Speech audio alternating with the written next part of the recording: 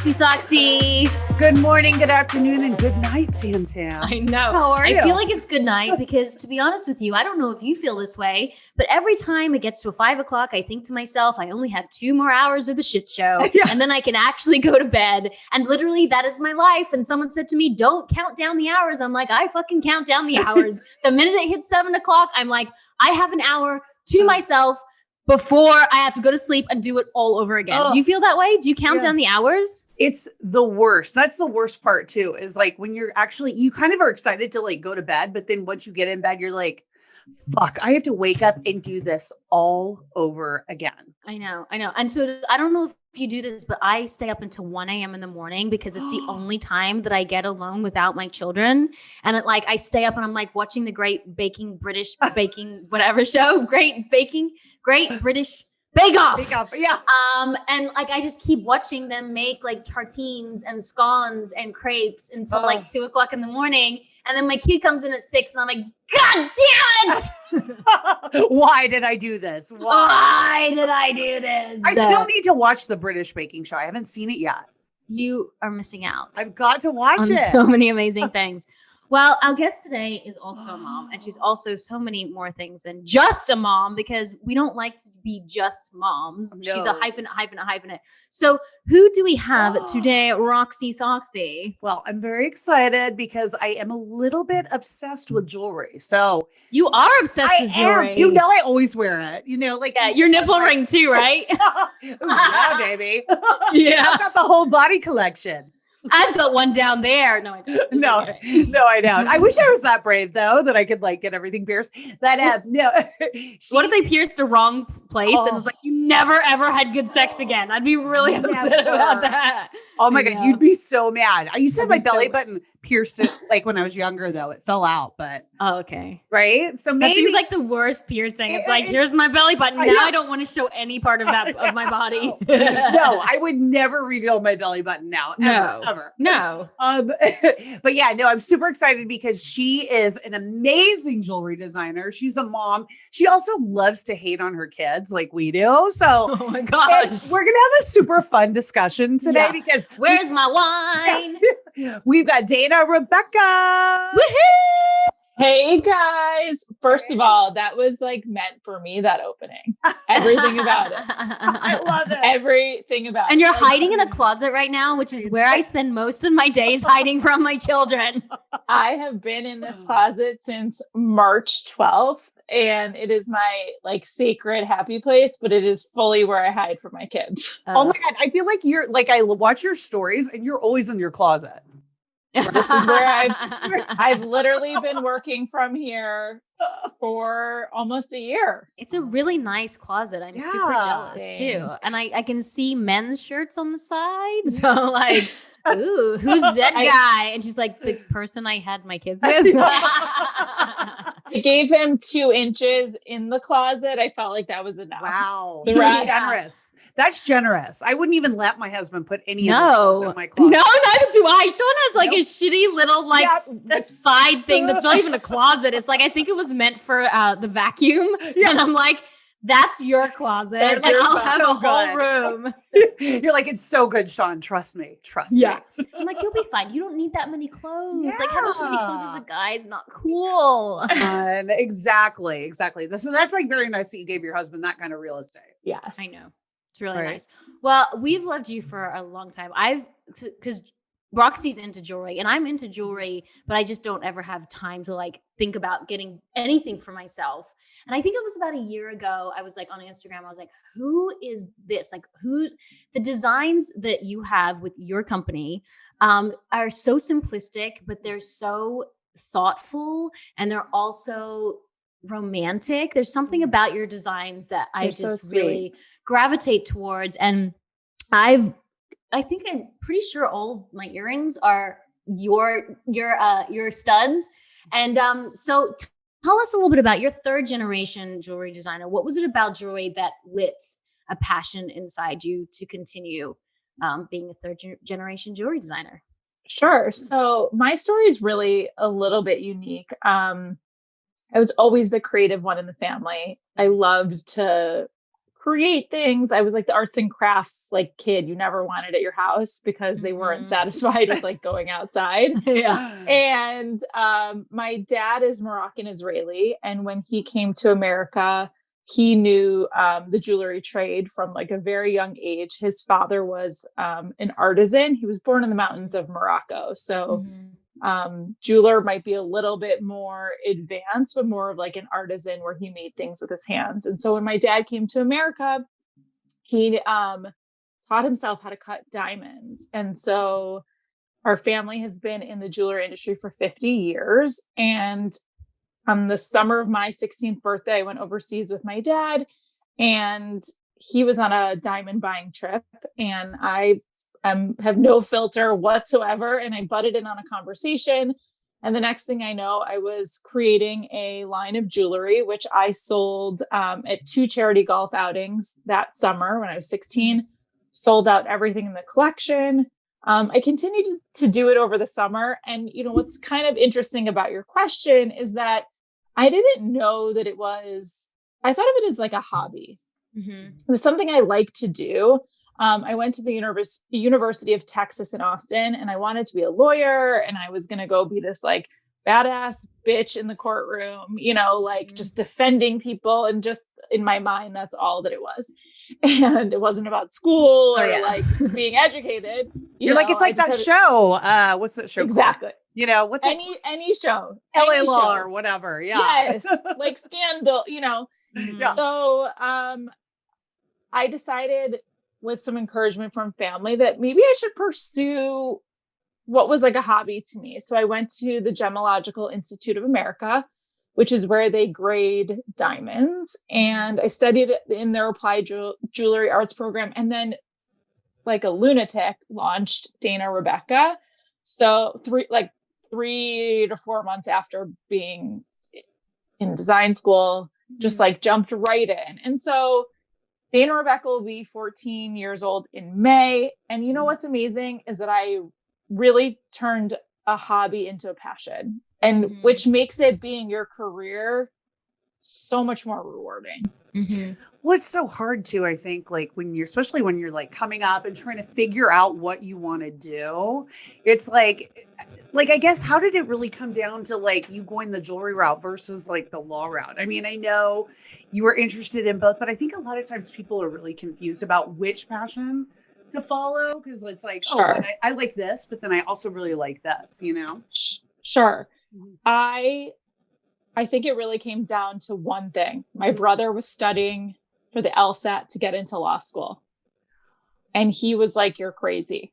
If you do this, you know, try, like, it's not often that you're in college and you have a business, right? And so the idea of getting to do something so cool that made other people happy was like, you know what? Being a lawyer will be there.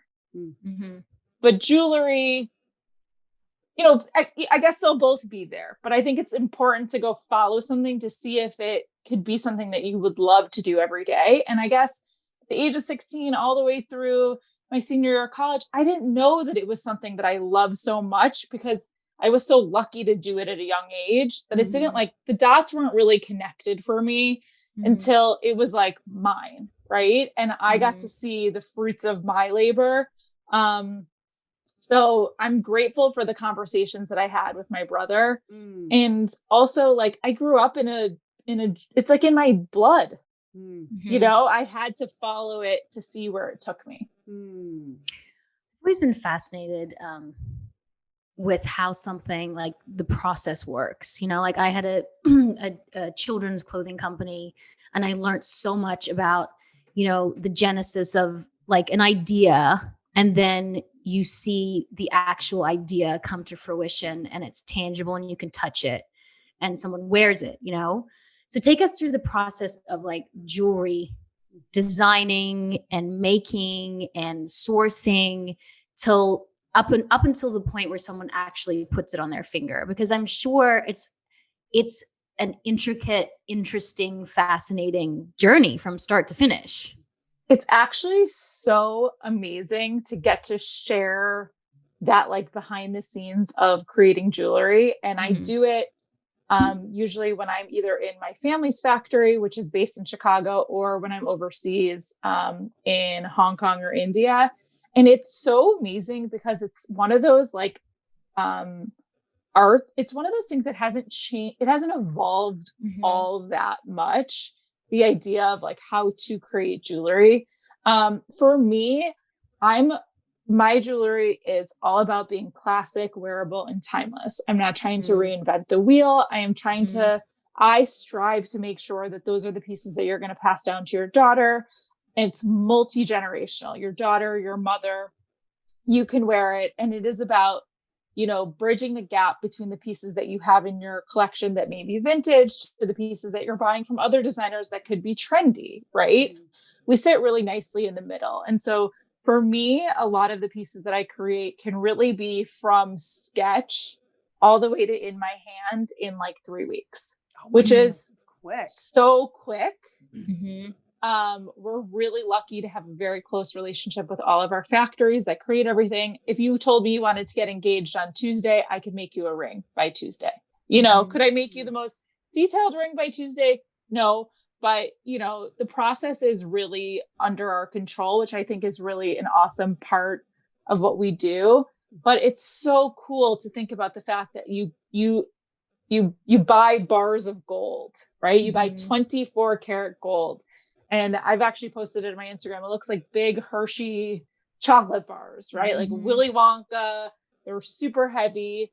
And that is taken and made into multiple different variations of metal. So 14 karat, 18 karat, and it's all mixed. And just the process starting from there, from this bar that then gets melted down into these little beads, that then gets created into color, that then gets like, you make a wax. It's just a really special process. And a lot of hands touch it. And it's very it's very special. And jewelry, I know you guys know this, is emotional. We all have something. And I think it extends so far past whether you have means to have jewelry or, you maybe don't have anything nice, but about something is important to you in your family, or there was a timepiece, or you remember an earring your grandmother wore. And by the way, the earring could be $5. But jewelry it reminds people of something. It brings back the past. It's so nostalgic. And I love that. So I aim to really sort of be in the middle of that, where pieces remind you of something that you had, but are classic and clean and easy for forever. I really love your jewelry, especially because it's wearable luxury, like you have these really fine jewelry pieces, but it's not something I'm intimidated or I'm afraid to wear to like the grocery store or, just like day to day, which is really nice. And especially being a parent too, it's still really wearable when you have kids, but you feel elevated because you're like, oh, I've got like diamonds on my finger, and it feels really good. But I wanted to ask you, what is the biggest misconception about diamonds? Because I think we all sort of have this idea of like, diamonds are a girl's best friend. It's like, these amazing stones. Sure. And so what is like the biggest misconception? I would definitely start with blood diamonds, conflict diamonds. I think that movie, it's probably been 15 years by now or whatever. I think it put a big question mark over the industry. But I also think it forced the start of the process of the diamond mines, the beginning of the industry, to really take a hard look at things. I get asked every single day, are your diamonds ethically sourced? And the truth is that a movie can really push a story. And almost, I do not know any diamond dealer who is not part of the Kimberley process, which is a contract with the mines in these countries to make sure that the workers are paid fair. And so I would say how diamonds are sourced is really one of those misconceptions. And I would also say that jewelry, especially fine jewelry, is only for luxury, right? Our price point starts at $220. I have a ton of clients who that is the one nice thing they buy all year and they save up for it. And I think it's a misconception that it's not attainable. We really, really work hard on our pricing being, more for everybody. Sure, $200 is a huge expense, but we really do bridge that gap because it is fine jewelry. And I think people buy a lot of costume at that price too, but don't realize that they can make an investment in something that will last them with proper care for a long time. Well, that's another thing too. I feel like we don't really know how to care for our diamonds and metals. Do you have any advice about that? I do. I think your jewelry needs to take a rest the same as you. I really urge people to be very mindful of taking their jewelry off at night when they shower. I've worn this for like a year. I know. On my fingers. Oh my God. These are yours in my ears. Sorry for interrupting, but crap. I hear it all the time. People live in it. I think it is a matter of how sparkly it will be. If you're going to shower in it, it's going to have buildup. I do recommend that you get it cleaned. You get your diamonds checked. It will last you a lifetime if you take care of it. Now, I will say something. I do think that there are people who do wear jewelry all the time and they're not hard on their jewelry, but there are people who are abusive to their jewelry and literally I thought you can't break a diamond. Well, you can break a diamond by being abusive, right? I had somebody run over a ring with a car. I don't know how the ring got underneath the car. It's very unknown to me, but they were shocked that the ring was no longer around. And I'm thinking, get over a ring with a car. I mean, the car trumps the ring. Right. But or a person. Right, but there is this idea that diamonds are indestructible. They're not, they can be broken, right? But I think it's about also how you wear it. If you acknowledge that you break things or that wearing a bracelet every day would get caught, it's just not a great idea to wear it. I think when it comes to caring for your jewelry, one of the most important things is that when you do take it off, you properly place it somewhere. We hear all the time that I lost one earring because I didn't know where I put the other one. I'm always put them together in a bag, clasp your clasp. It's always if you leave it and you put it next to your bed and it's unclasped, that's when it's frazzled and tangled. So I do think proper care of jewelry is just thinking through how you wear it and how you sort of treat your jewels. Right. Which goes to my next question, which is, are diamonds really valuable? Or are they not? Or is it just because I heard, and this might be just a story, that there's actually a lot of diamonds out there. They just aren't readily available. So that's why they're valuable. But they're not, sorry. My question isn't, are they valuable? My question is, are they rare? Are diamonds rare? So that's a great question. So the supply and demand of diamonds is really a fascinating, it's its own podcast. There's so much. Let's do it. Let's get into it. That's what I want to know. Are they really rare? They are. Diamonds are rare. I think you come to a point where it's very rare for sizes and shapes.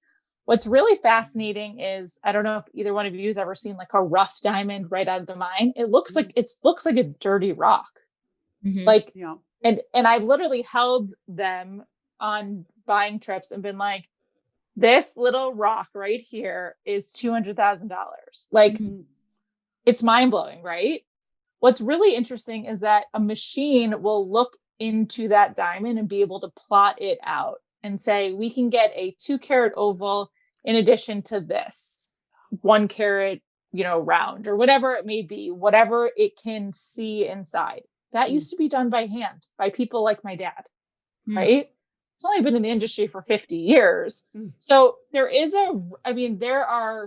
supply chain is managed, but diamonds, the bigger they get, the more fancy of shapes, they are rare. Diamonds are very valuable. And even I've been married 9 I know years. that's what happened. That's what happened to Yeah. us too. We're We're like, "Who how is long that?" have we been married? And what's his name? No. Yeah, what's his name? That guy, that thing. That Yeah. guy, yeah. That Like, guy was- what year is it? I keep being like, what year is it? Like, I just want it to be like 2019, or I want it to be 2023. Like, to like, I'm always like, did I lose a year of my life? Because I think I did. You did. You did. I did. Yeah. We So, all like, did. even- Yeah, we did. So I have a round diamond, and the value of my diamond has gone up significantly in 9 years. Like, that's cool. Yeah, that's really cool. Diamonds have a tremendous amount of history. It's a really fascinating industry that, you know, I think it's really spectacular that you can own something that will have more value later. I think that's cool. And I think that there's so much history in the industry in general. Like I said, it's its own podcast. Right. You know, I'm so curious because you do have all these beautiful materials. You know, you've got these rare gems and diamonds and, you know, the metals and all the great stuff. But once you have all those things and you're designing and you're trying to get it out to the consumer, like, is it hard to make money in the jewelry business? So that's a really interesting question. Yes and no. Okay. I'm really lucky that I was raised in this industry. That puts me at an advantage because I'm closer to the source for sort of everything. So a lot of our contacts are people who are site holders in the mines. So my diamonds aren't going through like dozens of middlemen before they get to me. So that helps me with price, right? I also deal directly with our factory, A, because my family owns one, and B, because my family relationships. So I don't have like a middleman who's helping me. A lot of jewelry designers, that is the case, is they have someone who's managing the process for them and dealing with the factory. If you've ever seen my stories, I'm in the factory all the time. In India 4 to 5 times a year, like really truly in it. And so I'm lucky because that helps me maintain my price, right? But the biggest thing for me and how I was raised was that it's not about making money per each item that you sell. It's about the long play. And I love that because of our price point, it allows women to make a purchase multiple times a year, right? And to treat themselves, you know, maybe similar to how you would buy a pair of shoes or a handbag. We really aim towards, you know, our clientele is that self-purchasing woman who's making the buying decisions herself, not necessarily waiting for an occasion like Mother's Day or Valentine's Day or whatever. So I think we are really lucky that in the almost 14 years, we just have a lot of clients who are consistently adding to their collection with our pieces, which in turn is where the value is for us. I mean, of course, we have a lot of one-time customers, but for us, it's not about the margin. It's about the long-term relationship, which the great news is with Dana or Rebecca, you can start your journey with us by buying an engagement ring. And then we see it all the time. It starts with an engagement ring, then a wedding band, then wedding earrings, a bridesmaid's gift, a 1-year anniversary, a push present. And it's just like all these milestones. So we're really lucky that that's more what's important to us than it is making money per piece. And it's accessible too, you know, having jewelry that's accessible, that's like fine jewelry that's accessible, and you can spend $250 like, you know, on something for yourself. And that's why I think it's such a great company and such great products. How did you grow? So if someone's listening to this and they think, okay, great, I've always wanted to have my own jewelry company and I want to do what Dana Rebecca's doing. How do you grow from like the idea of starting something and then now you have all these people who are buying your pieces and they're rebuying your pieces and they're coming back and they're telling their friends? How do you grow from where you started to where you are now? And how do you grow even further from where you are now to where you want to go in your future? So I think one of the things that's really difficult about today's world is like those Shark Tank TV moments, right? Mhm. That like you have to have this big grand business launch, or you need to have a ton of money and investors and this big hoopla. When I launched my business, I literally launched with, I think it was like 18 pieces. I Mhm. used my bat mitzvah money. Mhm. I sold 5. I took that 5. I bought 7. You know, I think that as a jewelry, as how about this? Selling any sort of product that you Mhm. have inventory in Mhm. isn't the type of business that you're just going to be like rolling in the dough, right? Because you need inventory. When you Mhm. sell that piece, you don't get to go buy a car. Mhm. You have to go then buy more jewelry to sell more product. Mhm. And so Right. I think that's what's really tricky. I feel really lucky that I came before the era of Shark Tank and really that pressure to have customers right away. Mhm. I worked out of my family's office for 5 years, right? And I did every single thing the business needed for 2 full years. That was the promise that I made to myself. I would not hire anybody. Mm. I would do everything, accounting, PR, everything. And I wasn't even Mhm. an expert at it. But what I knew was is that when I would be fortunate enough to grow my team, that I would really have a lot of knowledge and Mhm. mistakes that I made. And I Mhm. think what seems so easy today, especially when you watch a TV show, is that like blood, sweat, and tears goes into all of Of it, course. right? Mhm. Mhm. It goes into building, starting a podcast. It goes into Mhm. Oh building, yeah, we you know, a know. hair salon, right? Like it doesn't happen overnight. And I think that Mhm. that's what that is the hardest thing. I think Mhm. you also have to have a point of view. You have to have value to whoever you're speaking to that is Mhm. different, or somehow you know, it doesn't have to be super different. Like I said, we're very classic, we're timeless, but you have to provide value, right? I think our Mhm. quality is value, and I think our price is value. Mhm. I think the depth of our collection is a huge value. What I think people don't acknowledge when you start something new is that it doesn't end, right? Mhm. Mhm. It's like it's a day-to-day grind. And so I think where I've been super successful, I owe a lot of it to my family who's been in the industry. So the trust portion, that box was checked when I launched Mhm. my business, right? Mhm. Like I said, I was 16 years old selling expensive jewelry. I didn't launch my first diamond collection until I was a freshman in college, but Mhm. Mhm. I had that like check because my father had been in the industry. So it was like vetted by me, right? Mhm. By him. I think what really, really drove home is that I appreciated every single sale and every single customer who supported me. I have people that I consider customers who have never shopped with me before. Mhm. They've never spent money with me. How about that? They never spent $1 with me, Mhm. but they are so positive and encouraging and supportive Mhm. that it is a mutually important relationship. Mhm. I wrote a thank you note to a handwritten thank you note to every single person who bought Dana Rebecca for like 5 years. Wow, that's Yeah. commitment. I mean, that's great though. That's like being gracious too, you know? And you Because don't it all meant something. It wasn't just yeah. this like out the door Mhm. thing. Yeah. It was like, I was also thinking of it as like these, and I had a lot of one of a kind pieces when I started. And I would think of it like, these are my children. I've worked so hard on them and I want them to go to a good home. And I want them to know that, like, I want the person who owns it to know that I think that way, right? That they're going to Mhm. treat that piece.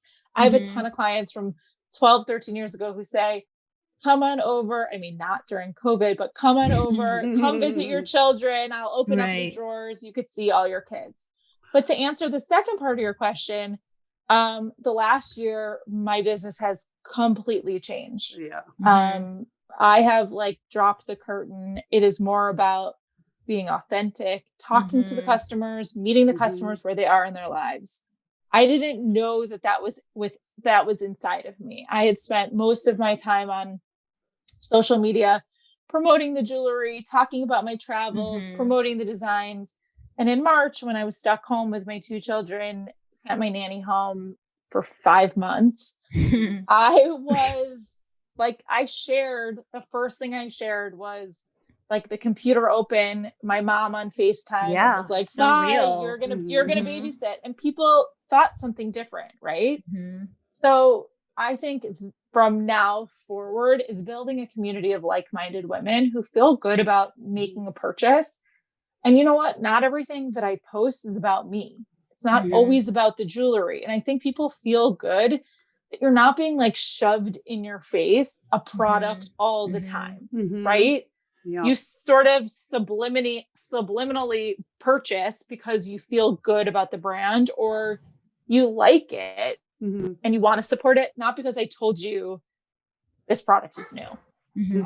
So, you know, you mentioned the wrench obviously thrown into the world this past year with the pandemic. And did you ever have moments during that when your business was changing that you were like, oh, fuck, like freaking out? Yeah. Freaking the fuck out. Yeah. Like literally freaking the fuck out. It was really dark, March and April. It was incredibly challenging. You know, we have a very unique business in that we do sell our Dana Rebecca collection. So all the pieces that are staples to the brand. We also have a bridal business. We sell to Nordstrom as our exclusive department store. We sell to about 75 boutiques across the country. We have an online store and we have 2 showrooms that are appointment only. One is in New York and one in Chicago. So you have all these streams of revenue. And then all of a sudden, all but one, which is the website, go to zero. Nordstrom closes doors, all of our independent retailers. It was a really, really difficult time. What I will say is that the truth of sharing what was going on in my life is what really rallied people to support the brand. I know that sounds like a little bit kind of crazy, but like I said, that authentic person came out and people were like, she's wearing a diamond necklace while she's on her Zooms.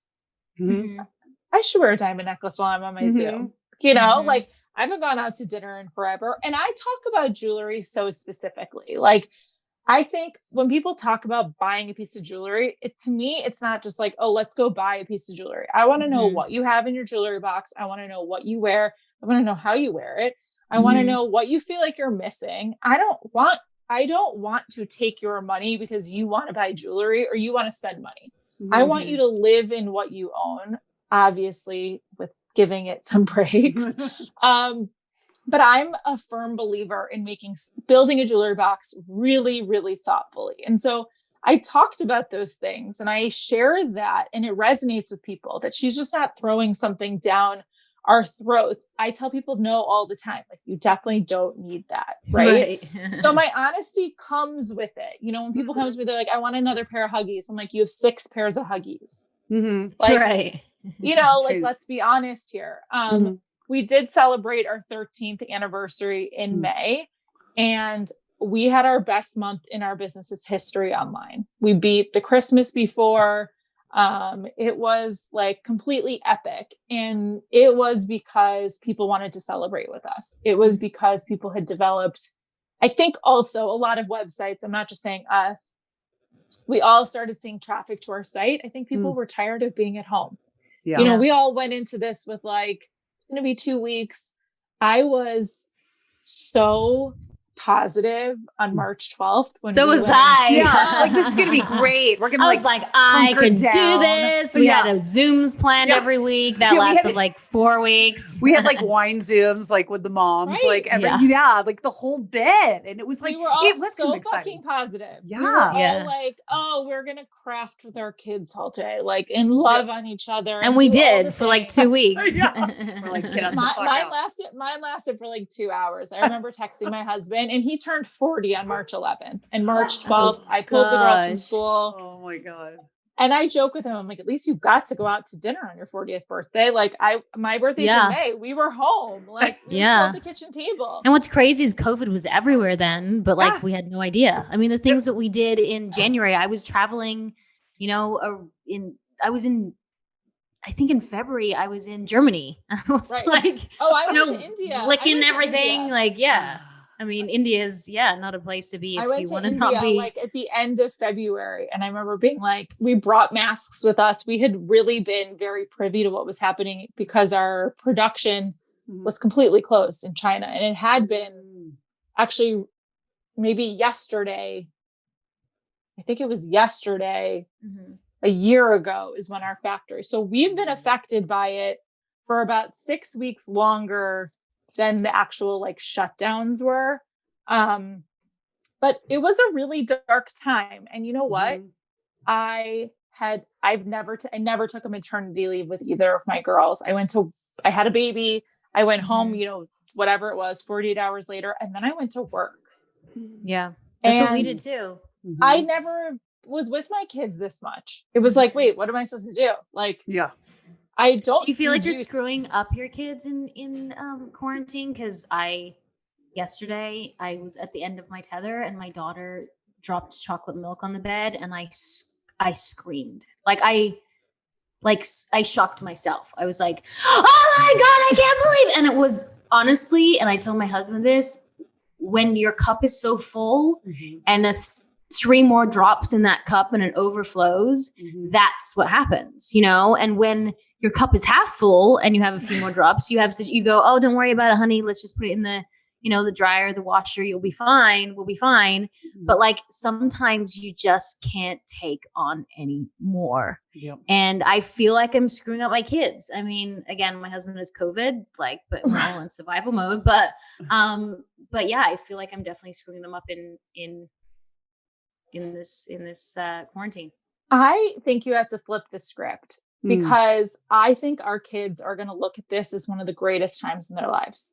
Okay. Because I'll go with that theory. Yeah, that works. They're going to remember mom and dad being home. They're going to remember doing things. I would have never played a board game with my kids. Like, you know, after dinner, we did a lot of things that we had never done before that. Right. And my kids are really lucky. They've been in school. Oh, I know that's so not lucky. the case. I know that's not the case. But they are really excited to come home. And my kids are, I thought like, I know that there are social and emotional issues that are affecting them. I think we're like going to be uncaged animals, like when this is all over. Literally those stories saying the roaring 20s came after the last pandemic. I'm ready to put ball gowns on. And I'm wearing it to the grocery store. I don't care. Like, I'm wearing a ball gown to the grocery store. I'm just ready to go to like a bar and get drunk. Like just I'd go dance on a bank cat. Like fuck. I would go to drinks tonight with somebody that I don't like just to go and leave the house. Like I'm going to lick the floor. I'm just going to be like, I don't care if I get a stomach bug. I'm like, thank God I'm getting a bug that's not COVID. Like, I'm bring on all the bugs that are not COVID. You know what? I think moms are finally getting the appreciation that has been lacking. I think that this has made partners really look differently at how much a mom bears, especially a working mom, right? Yeah. Being a mom is the hardest fucking job. And you know what? I lose my fucking shit on my kids all the fucking time. Do you scream at them? Yeah. I mean, that's really okay. Yes. Yes. And Roxy doesn't. Roxy, yes, I don't do. I never in my I've never seen you yell, firstly. And I don't ever think that your child, which is like an angel child, who like dresses in princess outfits to get up for breakfast and like is so good. I never would think that you would ever yell at her. There's nothing to yell at her for. Do you know what it is for me? I yell more at my husband. I yell at him all the fucking time. Because you want to yell at her, so you yell at him. Yes, that's exactly it. I channel it, but I yell at his fucking ass like every day. You know, what do you say? Oh, I mean, let's go. What did you say today? What did you? And then, but he can't say it back to you. No, because he'll be. So you can't say it to him. But can't not, because I gotta get it out. Roxy, that's called therapy. I That's called know. need help. I Therapy. need somebody come and get me, come and save me, because I need it. Yeah, That's I don't another know. thing. I couldn't even get into a therapist right now anyway here. Yes, you can. Guess what I got, guys? I got an app called betterhelp.com. It's an app. And I just signed up for, and this is not an ad. It sounds like an ad. It's $200 a month, and you get 4 sessions. And then the woman came on. I had my first session 2 days ago, and I was like, "Oh God, this is gonna be this is gonna be great." You know, I texted Sean. I was like, "Oh, it sounds like she's a smoker." Raspy voice. Who cares? I was like, I can't even hear her. This is a disaster. And then by the end of it, I was like, you know what? Like, it might not be 90% of what you need, but it's like 70%. And right now, like, I think you just got to take what you can get. So it was good then, because I've been thinking about doing like an app like that, but I was like, well, you know, like when you have a great glass of wine, you're like, oh my God, at Craig's in Los Angeles. It was like a wine from like, you know, an expensive wine from CVS. Oh, you're really selling That's it what now. it was like. but to your point, it's still wine. It's still wine. Yes, it was still wine. Yes, it still does the trick. Yes, it was like you still get the buzz. It still did something. Okay. Yes, Okay. I mean, and it was expensive wine. It was someone to talk to, and you know, you could have probably bought the nice wine and just talked to the bottle of wine at the same time. Talk out loud. So no, it was worth it. Yeah. So Dana, have you been doing therapy too? Like, especially during this time?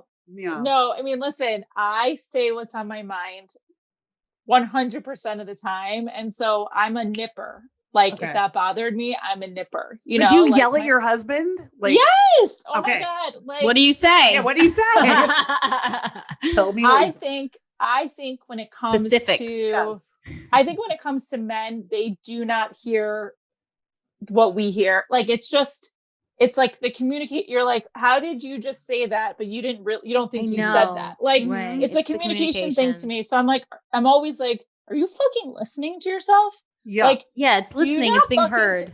Like, I can think back to like when we were cool and we didn't have kids, and like, I wouldn't go out, or I would leave the night and be like, you can stay out. And then he wouldn't like text me back for like 2 hours. I'd be like, cool, he's dead in a gutter. And then he would come home at like 3 a.m. and I'd be like, you're no longer like 19. Like, you need to text somebody. Right. You know, and it's like, oh, okay. Like, you're right. You know, and it's my whole thing with my husband is I'm always right, no matter what. Maybe that's why you do need therapy. I'm sure I'd probably need therapy for myself. Right. More than I need for my marriage. I think that I think we're in such a fucking unique time in history that like you do whatever it takes to help you get through the day. Like literally how your opening was, like, I know you both follow me on Instagram, but like, I think the weekends are the worst. I hate 7 o'clock. Like, I mean, I love 7 o'clock. It's like, I'm just counting down the minutes. I know. But you know what? I really firmly believe our kids are going to look back at this as a really unique time. We lived with my parents this summer, like, safely. And as a 36-year-old adult, like, I think that that's really fucking cool that I got to live with my parents, right? That my girls got to live with my parents. I think that there's things, I'm sure my husband is playing some game with my girls right now. You know, I think that it's more special than we give it credit. We're so consumed in the day to day that, like, yeah, we all yell at our kids, maybe not Roxy, but like she yells at her husband. She's just pushing it somewhere else. I do think that this is a challenging time, you know? And I remember saying to Jonathan, I want to say it was like maybe it was like week 4 or 5. I was like, this is a make or a break of a marriage. Oh my gosh. Absolutely. Yeah. And for some reason, I actually think, and I don't know why, but I think our marriage has gotten stronger because we've been together to communicate more. Whereas like ships passing in the night, working, traveling, you know, like living life, being with your girlfriends, doing this and that, like we probably neglected each other in that passing. And then like, that's where that miscommunication happens. And you And don't like my have own anyone therapist. else, you know. The No. problem is like Right. the reason why I think my marriage got better in quarantine is you don't really have anywhere to go. So you have to so I used to like leave the house and like take a breather. And I used to do it a lot when we fought. And now I'm like, you know what? Yes, you can go take a breather. I think that's wonderful. But it just wastes time. You know what I mean? Like Right. try to calm myself down in the moment for 20 minutes and then try to communicate with him. And it hasn't always worked. And sometimes it gets really frustrating and overwhelming, but you realize like, what's the greater good? And the greater good is you love each other and you want to be together and you have to try to figure out how to fix it. And sometimes that is, and Roxy and I talk about this all the time, is being vulnerable and saying things like, again, I know you say you're always right. I think I'm always right. But having to say like, you know what, like Sean, like I just exploded at you and it was really shitty and I shouldn't have done that. And it's really hard to say that sometimes and be vulnerable. And I do that with my kids too. Like yesterday I screamed at my kid and then I said, you know what, Phoenix, I'm really sorry. I was like, I'm human and I fuck up. And I didn't say that. Actually, maybe I did say fuck up. I'm like pretending to be this perfect mom. I was like, I didn't say fuck. I was like, no, I think I did. You did. And yeah, I did. And I was like, you know, people fuck up. Mommy fucks up. Mommy's fucked up. Yeah. Mommy's fucked up. But I love you so much and just know that I am not a robot and sometimes I get overwhelmed too. And it's not about you, it's about me. And the thing is, I realized like the relationships that we had with our parents and then their relationships that they have with their parents, I very rarely heard, you know, I'm really sorry because I fucked up. You know what I mean? Right. And I think that hopefully by acknowledging it and by listening to our children and communicating when we do screw up, I hope that that means that when they become parents, it just becomes better with each generation in the way that they communicate with each other.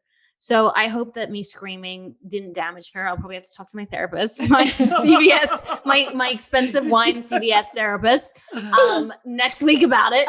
But I hope I'm not screwing her up. I hope she's like learning empathy and I hope she's learning grace and vulnerability because those are the things that they model on us. And, you know, and it's hard to do. You know what, Tam, and I have to back you up on that because I actually did try that last night. I did scream at her just because it was like we were trying to get her to bed. One of the dogs threw up like 3 times on the always carpet. Fucking dogs throw up just before bed. Exactly. Like I said on dog right shit before yesterday. bed. I know. Yeah. And she's running around and she doesn't want to eat her dinner. Then it's like, you know, trying to get her to bed and she didn't want to go to bed. And I did yell at her, but I did do that technique where I just literally got on her level, like made myself short and was like, you know what? I am so sorry. You know, I did this. And I really tried to put it to, you know, I'm trying to put that to the test and like really use it because I think there is value in that technique. And if we respect them, I feel like they're going to respect us. You know, it'll be like I did that with my 2-year-old too. You know, the technique that we were talking about. Yeah.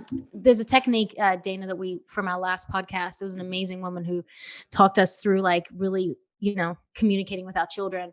And it's like, you actually bend down and crouch down to their level. And that's what I did even with Lennon, who's 2 years old. And she was screaming at me. She was like, no, no, no. And I was like, can I hold you? She's like, no, no, mommy. And so I got down to her level and I was like, you know what? I understand. And it's weird because she's 2 years old. So you think she doesn't really get it. I was like, I understand. You just come to me. I'm not going to force you. You come to me when you're ready for a hug.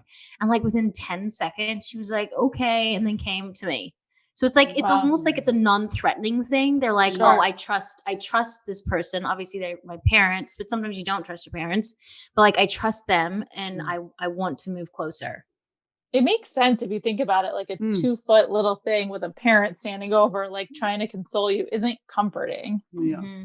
It doesn't, you know, I've had some really interesting conversations in the last day, just about like how we're so impressionable on our kids and the things that we say. And I had an incident yesterday where I left my closet. I walked to my office, which is pretty close. And I got to work and I had decided I was feeling good. I woke up, I put jeans on and I couldn't breathe. I literally couldn't breathe in my jeans. I had to leave work. And I had like been on Instagram posting about how I was going to work to do this thing. And I was going to share it. And then I showed myself back at home and I was like, I couldn't breathe in my jeans. And I said, you know, I don't know when they fit me last, but the bottom line was skinny doesn't taste good to me.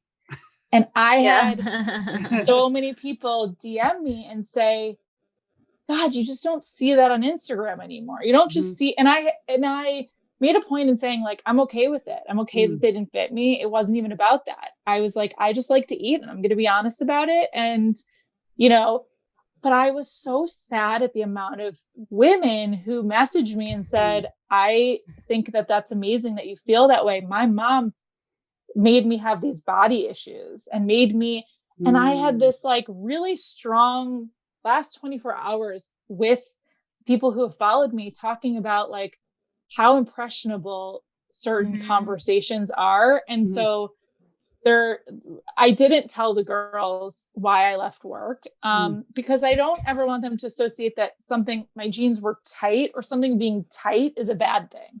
Right. And it was something so simple like that. But I think that there is so much more like pressure today. Like, I am so happy that I am the age that I am, because growing up with Instagram and the way the world is scares me. But I feel like for our kids, like the conversations that we're having and the way we frame things, even saying mommies fuck up sometimes, right? Like, or however you say it, like, no, I said fuck up. So important that we have we really think through the things that we say. And my mom never, ever talked about size or body or weight or anything. And so I definitely have my own demons that I think we all have. It's just a matter of like how you are able to suppress what you see in the mirror or what, you know, like we all have it. It's natural, but I think the way it's discussed by your mother and in your home. And I was just so blown away today by how many people have made to feel like they're lesser than, or have said, do you need that second cookie? Like, you know, you think that that's so not a big deal, but it is if you hear it all the time. And so just the way you frame it, I talk to my girls, like, do you need a second cook? Like, do you want a second cookie? Like, are you hungry? You know, versus like, you don't need a second cookie, right? Or why don't we save that cookie for tomorrow and you can have it for a snack in the middle of the day, right? I think specifically with like the way you treat food is like, the more you allow it to be okay, the less they sort of want it, right? Except my kids. This is the problem. My kids can't, because they don't have, well, they do, but like they want cupcakes and cookies all the time. All the time. It's in our house all the time. It's in our house really too. Like, there's so much here. And like, when I have it here, that's all she wants. Like, she just came in now on this podcast to go take another cookie, you know? And I don't, and it's hard because there is a fine line between, yes, don't give them issues because, you know, it can, I had anorexia, bulimia, all of those things when I was younger, and it ruined a lot of my life. I don't think of my body like that anymore. I mean, I don't love my body. I would like to get to a point where I do.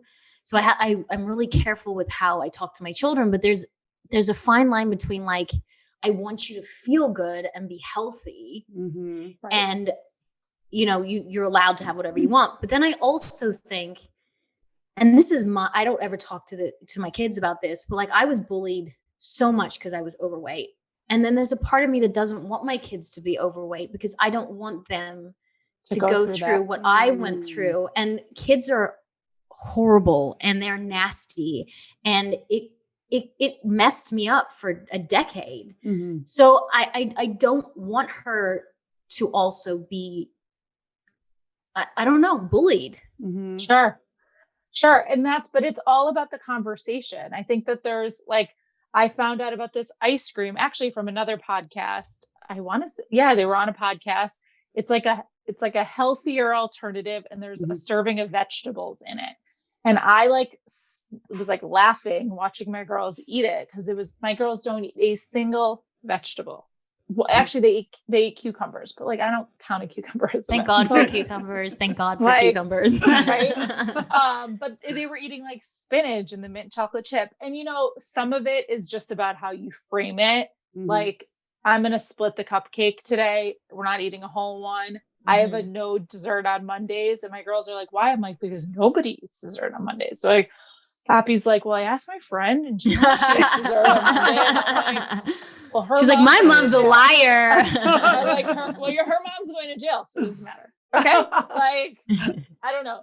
I just think that in general, like, even when it just comes down to like our outbursts or what's happening in school, it's just so important for us to have those conversations at home in like a safe way, right? Like to frame it that they can understand it, or it's so hard because I think we're spending so much more time with our kids too, that you're worried that like, are you doing enough? Are they doing enough? Like, when is it going to be good enough? And it's like, I think when it just comes down to these sensitive topics, like I think about the things that my mom did, good, bad, and ugly, like that I want to take forward with my girls. Well, and I think too, as moms, especially moms of daughters, there's like an added pressure. I feel like almost it's like, you know, we hold so much of their, you know, who they're looking to us to see like who they are almost going to be when they grow up. So it's like, I feel like there's that added like pressure onto it. So like, how do you guys deal with that? Because it's like, you know, you don't want to say the wrong thing because you don't want to fuck them up. And then that's like forever, you know, and it's just like, it's like this, almost this like pendulum. It's like a stress, you know, that's like always sort of there. I don't know if you guys have it, but I always am like, fuck, if I say this, will it stick with her forever? And that's it. Like, right. You know what I mean? Like, how do you deal with that? I think it's also the messages that they see. You know, I curate some of what Phoenix watches, and, you know, like even when you talk about social media, I only follow accounts that are positive, that are body positive accounts that are not about not that I'm saying that like showing off your body is not great. It's great. It's like, I think each to their own. It just doesn't make me feel good, you know? Right. So because I have my own issues. So it's the same with Phoenix. Like, I just make sure that like when I'm seeing a billboard, like with someone who's plus size, and Phoenix now knows what overweight and underweight is, she'll be like, oh, that person is bigger. And I'll be like, okay, but bigger is just a thing. It just is. It's just a thing. And she was like, well, what do you mean? Like, what is fat? And I go, fat is just a thing. It's just a thing that people have. It's not good. It's not bad. It just is. And she's like, oh, okay. She's like, well, Nanny's like, you know, fat. She uses that word. And I go, but what is fat? And then she repeated, it's just a thing. So I think it's like pointing out certain things in their environment and saying why it's okay and why it's normal, so that when they get older, they go, oh, my jeans are too tight. That's okay, because it's just a thing. Right. It is. I spend a lot of time I want my girls to be conscious that they're very lucky, that they have what some kids don't have. And so I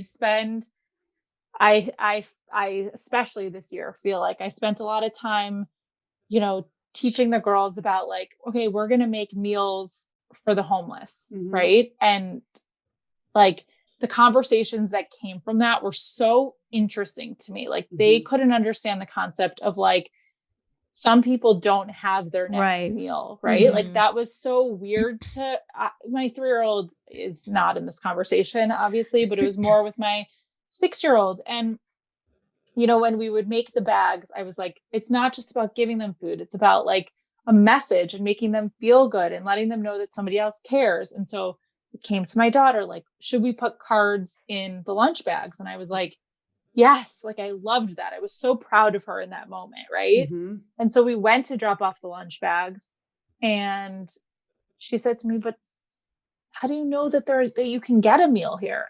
And she actually asked me like a couple of days later, Mom, I have a question. Do you think that the meals were eaten, the sandwiches? And I was like, yeah, I think they were probably eaten within a couple of hours of us dropping them off. We dropped them off to a church. And she said, well, how do people know? Like, it was like, so how do people know that they can go there? And I said, well, the church does they do a lot of work to make sure the same way I do work to make my message that I sell jewelry, the church does work to make sure that people know that they can help them. And she was like, oh, wow. But what if you don't live near the church? And I was like, okay. She was like, do you take an Uber? And I was like, no, because I was like, so many questions. Yes. I'm just like, it just is. Right. Spoken like a true child. Yeah. Of the 2020s. Somebody like posted these like fridges, these refrigerators that are in Chicago. They're in all different alleys. They're in like outside of restaurants. And I was like, okay, so now I could take her. They're called the love fridges, which is the most wonderful, genius idea. You can take food from your house, from your pantry. You can go to Target. So what I said was, let's do a Target pickup. We'll fill the car with shelf-stable stuff, and we're going to go find one of the fridges.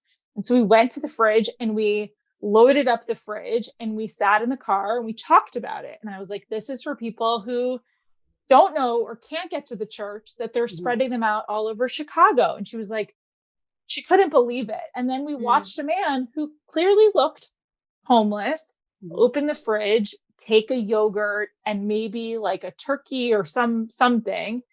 And it turned into the next conversation, the next question where you're like, okay, now stop. I don't have the answers to everything. Was like, but where's he going to go? What if they don't have a house? And I was like, oh my God, I'm not it. I said, maybe he has a brother and he's bringing that chicken to his brother. Like, right. But I like, you know, the other day she said to me, Mom, when are we going to make more meals? And we actually walked by a church and she said, what's everybody do? This was actually Sunday. We walked by a church. She's like, what's everyone doing? They were all eating out of like the typical, like takeout, that white styrofoam takeout. And I said, look, the church made meals today. And these people came to have a meal. And this might be the only meal that they had today.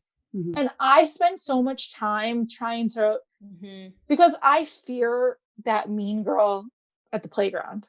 Who just doesn't include people and is not thoughtful about like, you're not all the same. And so I get, you know, I'm sure you guys experience this too, where you get things in the mail, people want to send you something. And I make it such a point that like, you're so lucky that somebody sent you cookies today. Like you are so lucky that somebody made you a bracelet with your name on it. So I spend probably way too much time harping on it, but I love when someone says like, it was so nice to see Poppy. She really told my daughter like that she missed her and she hoped that they could FaceTime together or something. I just want to raise good kids. Like I really do. People. I just want to raise good people. And members, they contribute and like give back, especially. That's really important. Just good people. And I feel like we can all harp on, you know, there are some of those YouTube kids videos. They're so fucking awful. And the girls are like mean. They're like mean fake Barbies or something. And I will look at my girls and they will know instantly to turn it off because I was like that crying, like, I don't know what parent thinks it's a good idea to put videos on YouTube of like whining, crying kids, you know, but I like my kids, they know. I'll look at them and I'll be like, turn that off. Like, turn it off. Turn it off. Turn that and shit rate off. It and do that on the, the like, you know, the rating or whatever. Well, but I think that we're spending so much time with them that we're impressionable on them right now. Right. Like, we talk about the virus, like as if it's like one day, like Donald Trump, when he said it's just going to disappear, you know, like when he said that, like my girls are like, Mom, when the virus is over, can we go on an airplane? I'm like, when the virus is over, isn't that like what everyone says? All their kids, when the virus is over, when the virus is over, literally. I'm like, you know what? When the virus is over, we can go get another cookie or what? Like everything is blamed on the virus, right? But it's like their lives have changed too. We should we have to meet them there. It's like they're seeing the good, bad, and the ugly too of like being with us day in and day out too. You know, it's like they see the fights and you know, even with the husband and like, you know, doing like there's no like break at all. So I guess, it's a learning experience for everybody. Timid. Why don't we do a couple Never Have I Ever? Yes, we should do a quick minute. Yes. So for our YouTube viewers, go to iTunes, Spotify, wherever you get your podcast to hear Dana's Never Have I Ever because you don't want to miss it. And on that note, we're going. I'm not having sex tonight. You guys can. I know, but I'm not. Well, that's not entirely true because you can have sex by yourself. I know it's just not as fun, but I know. I'm just like, it's a little boring and fast. And like, you know, that was a minute of my life. Oh my God. You could do FaceTime. What am I going to do? What am I going to do for the next minute? You could do FaceTime sex with Sean. Roxy, he can't even move. Okay. He can't even like walk. He can't hold the phone. He can't hold the phone. He can't talk. I mean, I'm glad that everyone knows that he's negative, by the way. So everyone's okay. So I'm not like, he's not still really sick. He's negative, but he's just exhausted. Poor thing. Yeah. Poor guy. Well, hopefully he turns a corner and I can have sex. You can have sex. She can get back to normal and get on. Hopefully it gets better for me. So it's about you. I was just Yes, it's really about me You right now. get Like in the better. beginning, it was about him. I was like, please, like, be okay. And now I'm like, okay. It's like it's time. Yeah. You deserve a reward at the end of this. Yeah. Well, tonight I'm ordering CVS wine, which I didn't know you Yes. could do. Yes, girl, you need to. I'll put it on Instagram for you guys to follow my experience. Yeah. It is $5.95, so I'm a little worried. But you can take what you can get at this point, you know? You got to do it. You got to do it. Well, thank you guys for having me. It was so fun to chat with you guys. You guys are Thank adorable. you. And Thank where you. can everyone tell us about where they can find you, your website, your Instagram, all the things that they can do? So our website is DanaRebeccaDesigns.com and our Instagram is at DanaRebecca. Amazing. And I Yeah. get To to say, And- I am wearing the beautiful rings tonight. I love Yay. these guys. Beautiful. And I would be Thank if I was worried about giving someone a Someone terrible go. virus. You're currently quarantined. Yeah. But we will be out soon. Right. And thanks, guys. Just don't forget to rate, subscribe, and comment. yes. Comment. And- Don't forget. Don't forget. And we are Women on Top Official on Instagram. And Women on Top podcast on Facebook. And one more time, rate, subscribe, and comment. We got it, Roxy. Got We it. got You got it. You got it. And I am Tammin Sarsock. And I am Roxy Manning. And we are Women on